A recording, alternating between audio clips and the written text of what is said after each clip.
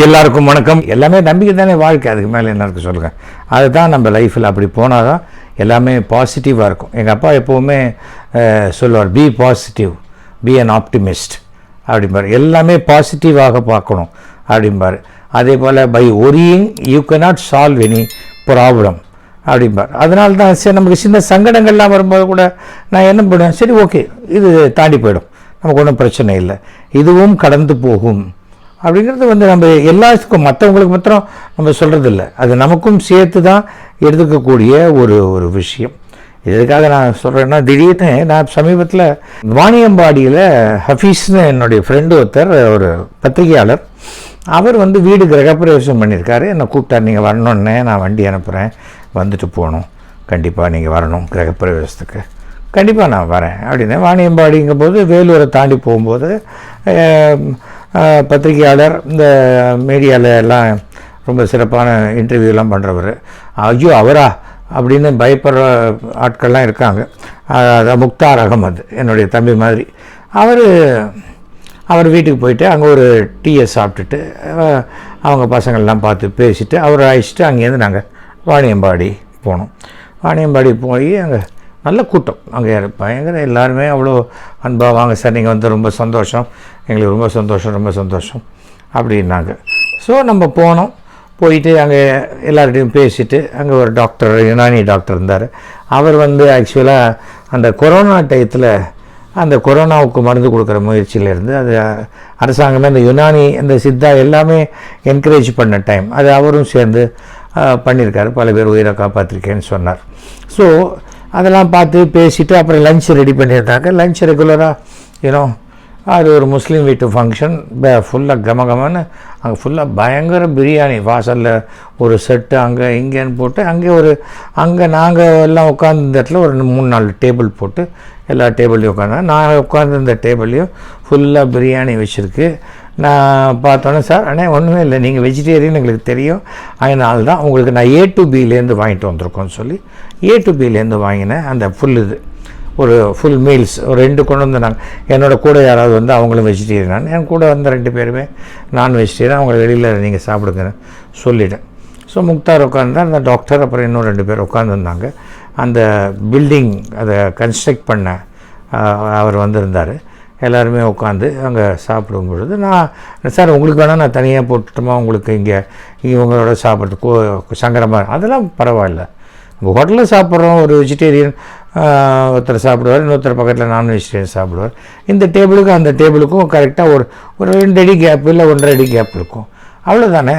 அதில் ஒன்று, இந்த என் பிளேட்டுக்கும் உங்கள் பிளேட்டுக்கும் அதே 1.5 அடி தான் கேப் இருக்குது, ஒன்றும் பிரச்சனை இல்லை அப்படின்னு சொல்லிவிட்டு நான் உட்காந்து சாப்பிட்டேன். அந்த ஃபோட்டோ பத்திரிகையில், இது நம்ம ஃபேஸ்புக்கில் ட்விட்டரில் வந்தோடனே அப்படியே பொங்கி எழுந்துட்டாங்க. இந்துக்கள் அப்படின்னு சொல்கிறவங்களும், நான் பிராமணன் அப்படின்னு அப்படியே மாறு தட்டிக்கிறவங்களும் பொங்கி எழுந்து, எப்படி நீ நியாயமா, நீ அப்படி போய் சாப்பிட்லாமா, நான் வெஜிடேரியன் டேபிளில் போய் சாப்பிட்லாமா, நான் வெஜிடேரியன் தானே சாப்பிட்டேன். நான் என் வாழ்க்கை முறையில் நான் ஒரு இந்துவாக இருக்கேன், வீட்டை விட்டு போகும்பொழுது வீட்டுக்கு வெளியில் நான் ஒரு இந்தியனாக இருக்கேன், வீட்டுக்குள்ளே நான் என்னுடைய ஒரு பிராமணனாக இருக்கேன். இதில் என்ன தப்பு இருக்குது? நீ இப்போ மனுஷ பிறவியா இதுவா சில பேசுகிற வார்த்தைகள்லாம் பார்த்தா எனக்கு அவங்க பிறப்பினுடைய பேக்ரவுண்டே சந்தேகமாக இருக்குது. அவ்வளோ கேவலமான மொழியில் நான் ஒரு உயர்ந்த குலத்தை சேர்ந்தவங்கிற மாதிரி எழுதுறது ரொம்ப அசிங்கமாக இருக்கிறது. ஒரு வேளை கிணத்து தவளைகளாக இருந்துக்கலாம். இது ஒரு அக்ரஹாரத்தில் அது சரிப்படும். எப்போ நீங்கள் அக்ரஹாரத்தை விட்டுட்டு சிட்டிக்குள்ளே வந்துட்டீங்களோ, சிட்டியிலேருந்து தாண்டி வேறு ஸ்டேட்டு போயிட்டீங்களோ, வேறு நாட்டுக்கு போயிட்டீங்களோ, நான் அப்படியே தான் இருப்பேன்னா நீங்கள் திருப்பி அங்கேயே தான் இருக்கணும். தவிர அடுத்தவனை விமர்சனம் செய்வதற்கோ, அடுத்தவனை நான் என்றைக்காவது சொல்லிக்கிட்டேன்னா, நான் பிராமணர்களுடைய தலைவன், பிராமணர்களை நான் தான் வழி நடத்துகிறேன், நான் சொல்லலையே. நான் ஒரு பிராமணனாக, ஒரு இந்துவாக, இந்தியனாக சந்தோஷமாக இந்த சமுதாயத்தில் வாழ்ந்து கொண்டிருக்கிறேன், அவ்வளோதானே. அதில் என்ன இருக்குது? என்னுடைய ரூமில் பார்த்தீங்கன்னா எல்லாருடைய ஃபோட்டோவும் இருக்கும், அதில் என்ன தப்பு இருக்குது? நான் என்ன வெஜிடேரியன் சாப்பிட்றவங்களோட தான் பழகுவேன் நான் என்றைக்காவது சொல்லியிருக்கேனா? அது மாதிரி பேட்டி கொடுத்துருக்கேனா? இப்படிப்பட்ட வெஜிடேரியன் சொல்கிறாங்களே, அவங்க வீட்டில் வந்து ஐயோ அது நான் அந்த நாட்டத்துலையே சாப்பிடுவேன், அந்த மாதிரி ஒரு வார்த்தை பேசுறது எவ்வளோ அயோக்கியத்தனம் தெரியுமா? உங்களுக்கு பிடிக்கலன்னா நீங்கள் போங்க, அடுத்தவனை நீங்கள் ஏன் ப்ரெஷர் பண்ணுறீங்க? நீங்கள் இவ்வளோ ஆச்சாரம் பேசுகிற உங்கள் வீட்டு பசங்க என்ன பண்ணுறாங்கன்னு உங்களுக்கு தெரியுமா? தப்பாக சொல்லாதீங்க, அடுத்தவர்களை தப்பாக கடவுள் பார்த்துக்கிட்டே இருக்கார். ஏன்னா நம்ம சொல்கிறது எல்லாமே திருப்பி நாம் முழுங்கும்படியான ஒரு சூழ்நிலை வரும். பண்ணாதீங்க. நான் பதிலுக்கு பதில் சாபம் விடுறதோ பதிலுக்கு பதில் சண்டை நான் பிளாக் பண்ணிவிடுவேன் அவங்கள. அந்த மாதிரி நட்பு தேவையில்லை. என் வாழ்க்கையில் எனக்கு ஒரு 500 பேர் தெரிஞ்சால் போகிறோம், என் வாழ்க்கை சந்தோஷமாக இருக்கும். எனக்கு 1.5 லட்சம் ஃபாலோவரு, 1 லட்சம் ஃப்ரெண்ட்ஸு, 5 லட்சம் பேர் எனக்கு எதுக்கு? நான் இனிமேல் எந்த தேர்தலையும் நிற்க போகிறதில்ல. எந்த கட்சி சார்பாக போய் எனக்கு ஓட்டு போடுன்னு நான் கேட்டு அந்த இடத்துக்கு பதவிக்கு வர போகிறதில்ல. அப்புறம் எனக்கு எதுக்கு? நான் என் வாழ்க்கையை எனக்கு ட்ராமாவுக்கு வர ஆடியன்ஸ், என் ட்ராமாவுக்கு என்ன வெறும் ஐயர்கள் மட்டும்தான் வராங்களா? பாக்கி சமூகம் வரது இல்லையா? என்னுடைய படத்தை வெறும் ஐயர்கள் மட்டும்தான் பார்த்தாங்களா? பாக்கி யாருமே பார்க்கலையா? முஸ்லீம்ஸு, ஹிந்துஸ், கிறிஸ்டியன்ஸு, முஸ்லீம்ஸில் எல்லா கம்யூனிட்டியும் தான் பார்த்துருக்காங்க. இன்றைக்கி உலகம் முழுக்க என்னுடைய நாடகத்தை அவங்கெல்லாம் கேட்டுட்ருக்காங்க.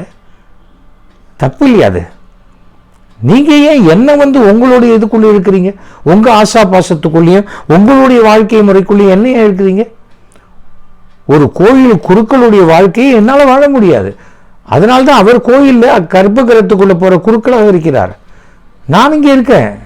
என்னையே இழுக்கிறீங்க இப்படி? நான் இப்படி தான் இருக்கணும், அப்படி தான் இருக்கணும், அசிங்கமாக பேசுறது. நீங்கள் அசிங்கமாக பேசுறது உங்கள் பேரில் தான் பதிவு வருது. என்னை திறந்தாலும் விமர்சிக்கிறீங்க. 4 பேருடைய ஸ்க்ரீன்ஷாட்டை அதை அப்படியே எடுத்து கம்ப்ளைண்ட் கொடுத்தா ஒரு எஃப்ஐஆர் விழுந்ததுன்னா அதுலேருந்து வெளியில் வரத்துக்கு எவ்வளோ கஷ்டப்படணும் தெரியாது உங்களுக்கு. தயவு செஞ்சு பண்ணாதீங்க. அதுவும் நான் பல விஷயங்கள், நான் பொது வாழ்க்கையில் இருக்கிறவன், எனக்கு எல்லாரும் தேவை. நான் எல்லார்கிட்டையும் நண்பனாக தான் இருப்பேன். ஒருமித்த கருத்து இருக்கிற யாராக இருந்தாலும், அவங்க யாராக வேணா இருக்கலாம், ஹிந்து, முஸ்லீம், Christian, Iyengar, Nadar, Chettiar, Mudaliar, SC, ST, அதை பற்றிலாம் நான் கவலைப்பட மாட்டேன். நான் பெரியவாளோட ஜெயேந்திரர் அவர்களோட கிட்டத்தட்ட 300 தலித்து கிராமங்களுக்கு போயிட்டு எல்லா குழந்தைகளையும் பார்த்துட்டு அவங்கக்கிட்டலாம் பேசிட்டு வந்தவன். விபூதி பிரசாதம், குங்கும பிரசாதம் காமாட்சி அம்மனோட தான் கொடுத்துட்டு வந்தவன். ஆனால் என் வாழ்க்கை முறை உங்களுக்கு எப்படி தெரியும்? நான் என்ன சின்ன பையனா? 30-35 வயசு இருக்கிறவங்கெல்லாம் எனக்கு கூப்பிட்டு அட்வைஸ் பண்ணுறது, நீ நல்லா இருக்க மாட்டேன், நம்ம சமூகத்துக்கு சாபக்கேடு. என்னதுக்கு? நான் என்ன சொல்லிட்டேன்? நான் என்ன பூனையில் சட்டைக்கு அப்படியே வெளியில் போட்டுன்னு யாரை போய் ஏமாற்றிட்டேன்? என்ன உங்களுக்கு என்ன பிரச்சனை? பண்ணாதீங்க தயவு செஞ்சு. நான் வேறு மாதிரி. எனக்கு இப்போ தான் கொஞ்சம் கொஞ்சமாக தோணுச்சு, ஏன் நிறையா பிராமணர்கள் கம்யூனிஸ்டாக மாறினாங்க அப்படின்னு. எல்லாத்தையுமே விளக்கமாக பேசினா சரியாக வராது இல்லையா? அதனால் கொஞ்சம் ஜாகிரதையாக எப்போவுமே எது பேசினாலும் நாம் வந்து கொஞ்சம் அடக்கமாக இருந்தால் நல்லது. உங்கள் வாழ்க்கையை நீங்கள் வாழுங்க, நல்லபடியாக வாழுங்க. உங்களுக்கு எப்படியோ அது மாதிரி உங்கள் பசங்களை நீங்கள் வளர்க்கலாம். ஒன்றுமே வரப்போதில்லை. அது நீங்கள் வாழ்த்தலாம், சந்தோஷமாக நீங்கள் வளர்த்துக்கலாமே. நீங்கள் அப்படியே யார் என்ன கேட்க போகிறா? உங்கள் பொண்ணை அதே மாதிரி வழங்கும், ஒன்றுமே தப்பு இல்லையே. நம்ம யாரோடையும் பழகினா உடனே சம்பந்தம் தான் பண்ணிக்க போகிறோமா? ஏன் சகோதரனாவோ சகோதரியாவோ இருக்க முடியாதா? சனாதனம்ங்கிறது என்ன? எல்லாரையும் ஏற்றுக்கொள்கிறது தானே. உங்களுக்கு என்ன பிரச்சனை? சில சமயம் கோபம் வரும்போது மாத்திரம் கடவுளை உங்ககிட்ட கூப்பிட்டு இனிமேல் நீ தான் சனாதனத்துக்கு இன்சார்ஜ், யார் பேசினாலும் நீ ஃபைட் பண்ணு அப்படின்னு உனக்கு ஆத்தரைசேஷன் லெட்டர் கொடுத்த மாதிரி சண்டை போடுறோம் இல்லையா? இன்னி ஒரு கேள்வி கேட்டால் என்கிட்ட எதிர்த்து கேட்க 10 கேள்வி இருக்குது. ஆனால் அந்த 10 கேள்விக்கு பதில் இருக்காது. திருப்பி என்ன பண்ணி மிஞ்சி போனால் இவன் உருப்பட மாட்டான்னு சபிக்கலாம். என்னுடைய தந்தையினுடைய ஆசீர்வாதம், என் முன்னோர்களுடைய ஆசீர்வாதம், நான் வழங்கும் கடவுளுடைய ஆசீர்வாதம் என்னை காப்பாற்றும். அதே போல் என்னுடைய நாடகத்தையும் சினிமாவையும் பார்த்து ரசித்த கோடிக்கணக்கான மக்களுடைய அவங்க சிரித்த சந்தோஷம் என்னை காப்பாற்றும். எனக்கு அது போதும்.